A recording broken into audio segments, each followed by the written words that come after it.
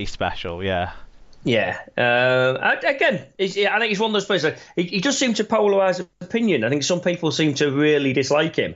I've kind of never really had much of an opinion on him, and I was like, he was just kind of he was a solid, good player. And when I've seen him on the kind of the BBC and stuff, I always he seems to talk sense. So I think you're right. I think he's made the decision, kind of going out on his own terms. I did see in the press there's rumours of him going over to Toronto for a year. So. Be interesting to see where he does end up, because I don't for a second think he's retired. No, and I certainly think he can do a job at a different club, at a different level. But I don't think he'd want to be a bit part player at St Helens at this stage of his career. Now, I think that'd feel wrong for him because he's been so important at St Helens. I mean, even in that 2014 year, he didn't actually play in the grand final, but he was crucial in getting them there. It was a very workmanlike St Helens team that had no halfbacks for most of that season, and he plugged in there and was really important in kind of getting the right mentality in those players to play the way they had to play, given they had no creativity whatsoever.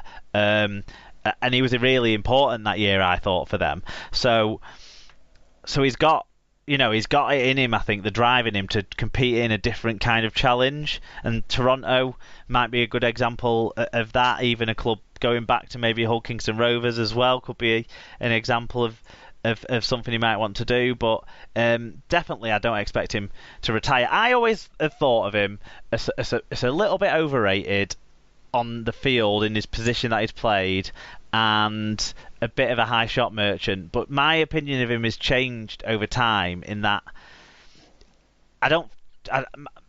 on the field I still think the same, but I've grown to like him off the field with the stuff like you say on the BBC and those sorts of things. I kind of grew to think he wasn't a dickhead, because it's hard to disassociate between what you see on the rugby field and what I saw on the rugby field from a Wigan fan perspective was that. Whereas off the rugby field, I certainly don't think he is that now. I think he's quite well rounded. He's got some good ideas on things, and he loves. I think he loves the game generally, or wants it to improve certainly, and has some reasonable ideas around that. And I think he expresses himself quite well. So I've kind of started to forgive him for being a high shot merchant and those sorts of things, because we all have him in our team. You can point to the player I'm just going to mention now, who's a huge reason why he didn't play more times in the Dream Team, and that's Sean O'Loughlin. Lots of fans don't like Sean O'Loughlin from other clubs because they'll say it's people I quite a few too many times for their liking. But that's a large reason why he didn't play in the Dream Team. Look at throughout his career, and you kind of look at some of the players he's been competing against for that position at loose forward, or even in the second row, and you're talking about some of the greatest players to have played. I mean, right at the start of his career, probably didn't quite scratch up to people like Sculthorpe and Farrell, but they were playing in that position and they were getting in the Dream Team in that position. You move through your O'Loughlin's and your Sinfields, and maybe even people like Gareth Ellis and players like that, and you can see why he didn't get put in the Dream Team more times than he did. Yeah. I mean, at the end of the day, he's played 16 years at one club at the top level of the sport, and you can't take that away from him. I think anybody that does that deserves to be kind of saluted, really. Yeah. Great St Helens career for him. Yeah. What's been going on at Wakefield? Well, Wakefield Trinity Centre Rhys Lynn has signed a new 4.5-year contract to keep him at the Super League side until 2023. The 25-year-old joined from Hull FC in 2012 and has scored 44 tries in 128 appearances for the club. His previous deal was due to expire at the end of the 2019 season. So Rhys Lynn, you'll have seen him come through as a kid at Hull FC, wouldn't you, when he was a really, really fast winger, and that was about it? Yeah. I mean, I remember when he did come through, there was a lot of clamour. A lot of people who watched the reserves were for calling for him to get into the side. It's kind of he says there's no substitute for pace kind of thing is the argument that's kind of used all the time. And he came in as kind of a 17, 18 year old, and he did. I remember at the time he looked massively overawed. He looked out of his depth. Yeah. And he was a young, skinny kid. He did have pace, but he wasn't great under the high ball. No, he had to learn stuff. to catch a pass even to be able to use that pace, not just a high ball, weren't it? Yeah. Yeah. Yeah, so he's gone to Wakefield, and fair play to him. He's carved out a kind of niche for him. I mean, a 4.5-year contract seems a little bit long to me. So I'm not quite sure that the market for centres is that strong. I think it's broken down a little bit that it's a re-up on his existing deal that ran to the end of next year. So then that would make it, in my understanding, a new 2-year deal on top of that, plus an option for a further year after that. That would then take him to being at the club for like 10 years or something, like he said. I think when you look around Super League, I'd say he's in the best dozen centres, certainly, in the league at the moment on form this year. Last year, I think he showed signs of getting it together, but there was a lack of consistency. I think this year he's been incredibly consistent, incredibly reliable. There's still occasional lapses in defence. I think people can run through him occasionally, but he's way improved in that regard. And in terms of in attack, that both in work rate and effort and execution, I think he's been fantastic this year. He's unlucky that his centre partner on the other side has probably been just that bit more powerful and better than him, Bill Tupu. Otherwise, Reece Lynn would be getting a lot of talk about the Dream Team, I think, this year.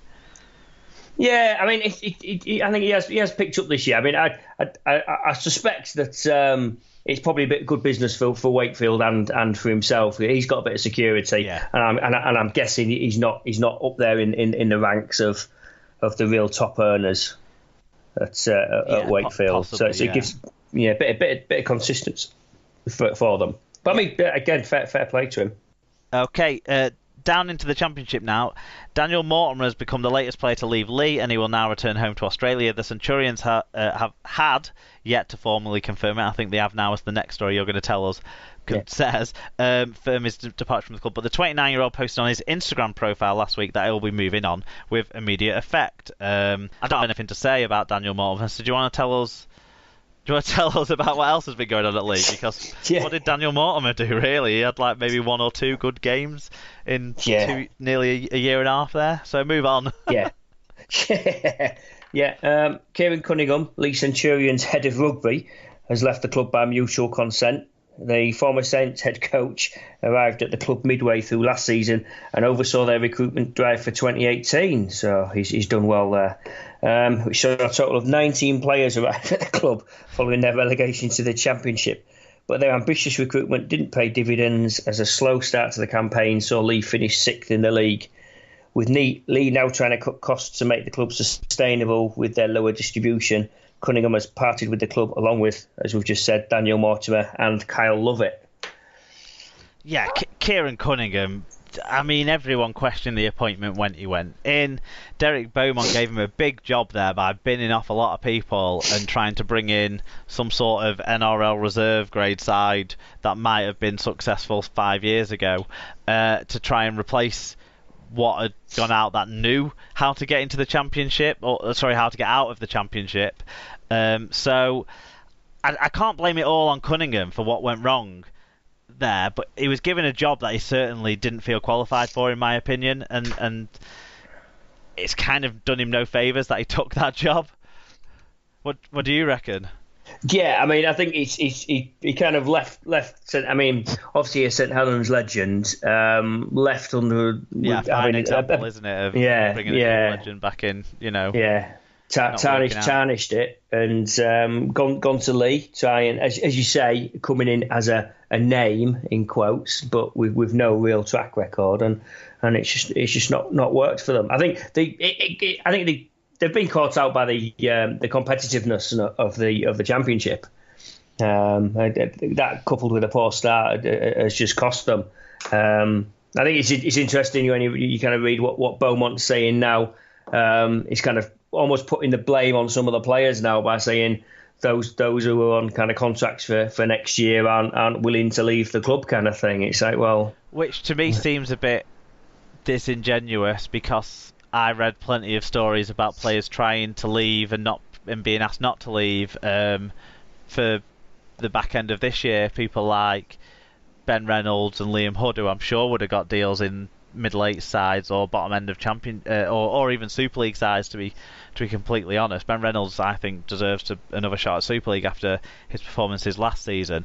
So yeah, I don't want to talk too much about Derek Beaumont, but you are right to link it to him, because surely most of this should fall on the bloke who wanted to have his time as the king of Lee, as the great saviour of the club. And he did save the club to a certain extent, because they were in a right fucking state before he rocked up.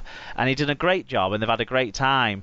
But he's been the impetus around this 19 players coming in this year. The fact that didn't work, bringing in so many people into the competition is not into a side that had already had a significant amount of player turnover over the 2 years before, probably isn't the way to go. It's not going to be the right thing to create the right sort of team bond and spirit within the camp, and also understanding of the competition they're in, because they signed a lot of people who didn't understand the competition they're in, and certainly those players should have been good enough to play at that level, but if you're not putting them into the right environment, and an environment of significant overhaul is not probably the right environment, Beaumont has to take some blame for that. He's also blamed Ralph Rimmer, hasn't he, or the RFL, for the way the distributions works, but no one made him spend that parachute payment on wages of players who've come in from the NRL, did they? So I'm pretty sure these NRL players would be on more money than Sam Hopkins and Corey Patterson and people like that. What do you reckon? Yeah, easily. He's kind of. I mean, Lee and Salford are kind of two very, very similar sides. Salford appear to have kind of, hopefully, kind of weathered the loss of their benefactor, and carried on. But Lee is just kind of with Beaumont almost just saying, "Oh well, yeah, I've done as much as I can, lads. I'm not going to spend any more money. Yeah, thanks, but I'll see you later."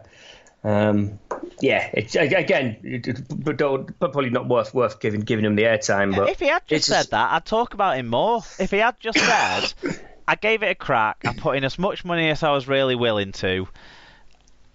We had a great time, and I'm sorry I can't do it again right now." Maybe, do you know what I mean? But he didn't. He wrote 3 pages of why it's everyone else's fault before he said, "We've had a great time."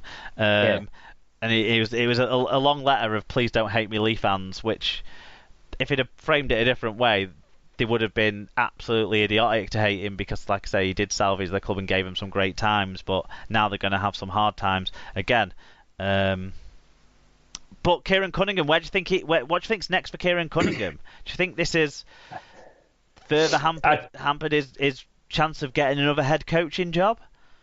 Yeah, I mean, it's going to be a brave chairman that kind of heads over and hands Kieran Cunningham the reins. Yeah. I think. I mean, he potentially, if he goes down to a lower club or something, a League One club or something like that, and kind of builds himself, brings himself back up, but.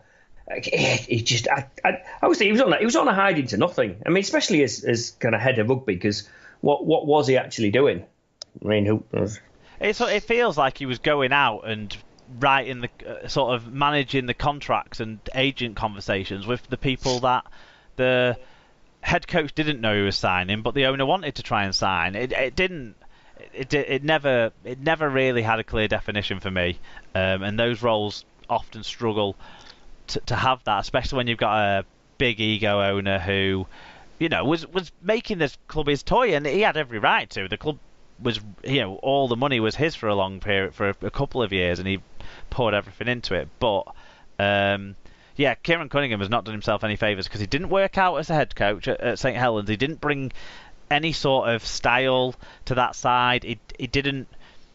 It didn't feel like he brought along any of the young players, because he was choosing not to select them. It didn't feel like he improved the way they played, did it? Because that was largely criticised by Saints fans under his time.